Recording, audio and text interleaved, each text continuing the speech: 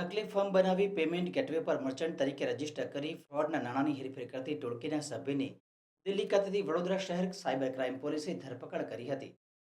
Facebook પર share market અંગેની add પર ક્લિક કર્યા બાદ ફોરેક્સ ટ્રેડિંગ માટેની બનાવટી વેબસાઇટ પર રજીસ્ટર કરી તેમાં પોતાની વિગતો ભર્યા બાદ ત્યારબાદ અજાણ્યા નંબર પરથી વોટ્સએપના માધ્યમ દ્વારા ફોરેક્સ ટ્રેડિંગ કરવા માટે મેસેજ આવેલ ને ફરિયાદીએ ફોરેક્સ ટ્રેડિંગ કરવા સારું પૈસા અલગ અલગ એકાઉન્ટમાં ₹23,35,133 ઇલેક્ટ્રોનિક માધ્યમથી નાણાકીય ટ્રાન્સફર કરાવી તેમજ ફરિયાદીને વિશ્વાસમાં લેવા સારું ₹3,072 જેટલી રકમ પ્રોફિટ તરીકે પરત કરેલ.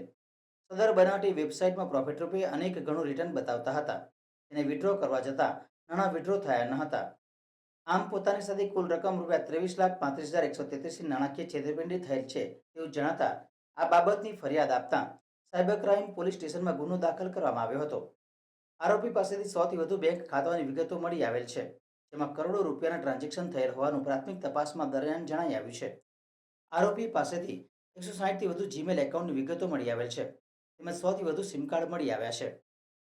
વડોદરા શહેર સાયબર ક્રાઇમ પોલીસ સ્ટેશન ખાતે 37/25ની એફઆઈઆર દાખલ કરવામાં આવેલ, જેમાં ભોગ બનનારને ઇન્વેસ્ટમેન્ટ ફ્રોડના બહાને વધુ રોકાણની લાલચ આપી અને વધુ પ્રોફિટની લાલચ આપીને એને સાથે 23,35,000નું ફ્રોડ થવામાં આવેલ, જેમાં ભોગ બનનારે એફઆઈઆર દાખલ કરાવેલ, જે અંતર્ગત માનનીય કમિશનર સાહેબશ્રી, એડિશનલ કમિશનર સાહેબશ્રી અને ડીસીપી ક્રાઇમ સાહેબના માર્ગદર્શન હેઠળ અલગ અલગ ટીમ બનાવી કેસ ડિટેક્ટ કરવા માટે ટીમ્સ બનાવવામાં આવેલ, જે અંતર્ગત ફ્રોડમાં ઇન્વોલ્વ રૂપિયા, એના બેંક એકાઉન્ટ ડિટેલ્સ, બેંકની આઈપી ડિટેલ્સ, જીમેલ ડિટેલ્સ અને મોબાઈલ નંબર એક્ટિવેશનની ડિટેલ્સને એની પ્રોપર ટ્રેલ એનાલિસિસ કરતાં આ જે એકાઉન્ટ છે એ દિલ્હી ખાતેથી ઓપરેટ થતા હોવાનું માલુમ પડેલ, જે બાબતે પીઆઈ સોલંકી એન્ડ ટીમ દ્વારા જે તે જગ્યાએ ઇન્વેસ્ટિગેશન કરી ત્યાં તપાસ કરી તે સ્થળ પર સાવન પ્રવીણકુમાર ખરબંડા,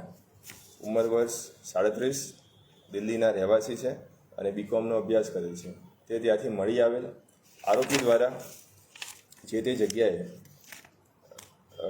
69 મોબાઈલ, 72 રબર સ્ટેમ્પ અલગ અલગ કંપનીના, 35થી વધારે chequebook, 3 router, 38 debit card, 37 PAN card, 100થી વધુ સિમ કાર્ડ જે તે જગ્યાએથી મળી આવેલ, જે બાબતે તપાસ કરતાં આ જે બેંક એકાઉન્ટ છે એમાં કરોડો રૂપિયાના નાણાકીય વ્યવહાર થયેલાનું માલુમ પડેલ, જે બાબતે આરોપીની ધરપકડ કરી અને 4 દિવસના રિમાન્ડ મેળવેલ છે. તે બાબતે જે એના મોબાઈલ નંબરની ડિટેલ્સ છે, એના જે બેંકનું એક્ટિવેશન ડિટેલ્સ છે અને સાથે જીમેલ ડિટેલ્સ છે, આ ત્રણેયનું એનાલિસિસ કરી એક પ્રોપર ચેઇન બનાવી અને તે થકી ત્યાં પહોંચેલ છે. આમાં એક એક્સવેન્ટર કરીને એક કંપની બનાવેલ, જેમાં લોગિન આઈડી પાસવર્ડ ક્રિએટ કરીને તેમાં એકાઉન્ટ ક્રિએટ થતું હોય છે અને ત્યારબાદ તેમાં નાણાકીય પૈસાની લેવડ દેવડ થતી હોય છે. એટલે આપણા જે આમાં જે વિક્ટીમ છે એમને એક્સવેન્ટર સાઇટ પર પૈસા ભરેલા, એમને 40% રોકાણની લાલચ આપેલી, જેમાં એમના 23,35,000 જે રૂપિયા છે તેનું ટોટલ પ્રોફિટ સાથે 84 લાખ રૂપિયા થયેલા હોય તેવું તેમને જણાવેલ અને ત્યારબાદ તેમને એન્ટી મની લોન્ડરિંગ ટીમ દ્વારા એવું એક ઝાંસો આપવામાં આવેલ કે જેવી કોઈ ટીમ છે નહીં, પણ એવું એક જણાવવામાં આવેલ કે આ ટીમ તમારો સંપર્ક કરશે, આટલી મોટી રકમ છે અને તમે ટ્રાન્ઝેક્શન કે તમારે વિડ્રોવલ કરવા માટે. એટલે એન્ટી મની લોન્ડરિંગ ટીમનું પણ અલગ અલગ ખોટા ઈમેલ બનાવીને તેમને ઝાંસો આપીને 23,35,000નું ફ્રોડ કરવામાં આવેલ.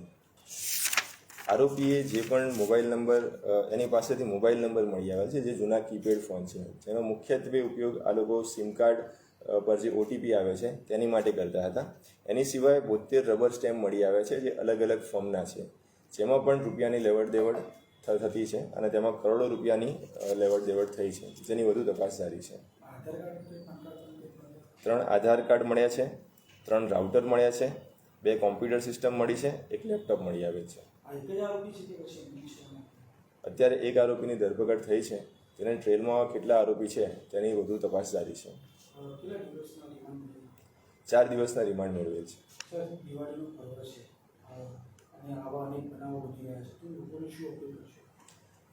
જે પણ ઓથેન્ટિક વેબસાઇટ્સ છે, gov.inની જે વેબસાઇટ છે તેના થકી જ નાણાકીય વ્યવહાર કરવા જોઈએ.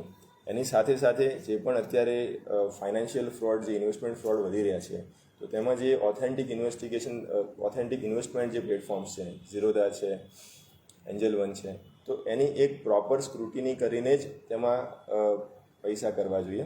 એની સાથે સેકન્ડ મુદ્દો એ છે કે જ્યારે પણ આવા પ્લેટફોર્મ પર તમે ઇન્વેસ્ટમેન્ટ કરો છો, તો તેમાં એક જ એકાઉન્ટ હોય છે જે CDSL કે NSDLનું હોય છે, જેમાં પૈસા ભરવાના કે એમાંથી વિડ્રો કરવાના હોય છે. જે ફ્રોડના કેસીસ બને છે તેમાં અલગ અલગ એકાઉન્ટ્સ આપવામાં આવતા હોય છે. તો આવા 2-4 ચેકલિસ્ટ રાખીને પણ જે નાગરિકો છે તે પોતાને ફ્રોડથી બચાવી શકે છે. વધુમાં એવો અહેસાસ થાય કે જો ફ્રોડ થઈ ગયો છે તો તુરંત 1930 પર સંપર્ક કરવો. જેટલો રિસ્પોન્સ ટાઈમ ઓછો હશે તો એટલું જ એમના પૈસા લીન કરવાનું અને એને રિફંડ થઈ શકવાની સંભાવનાઓ વધતી જાય છે.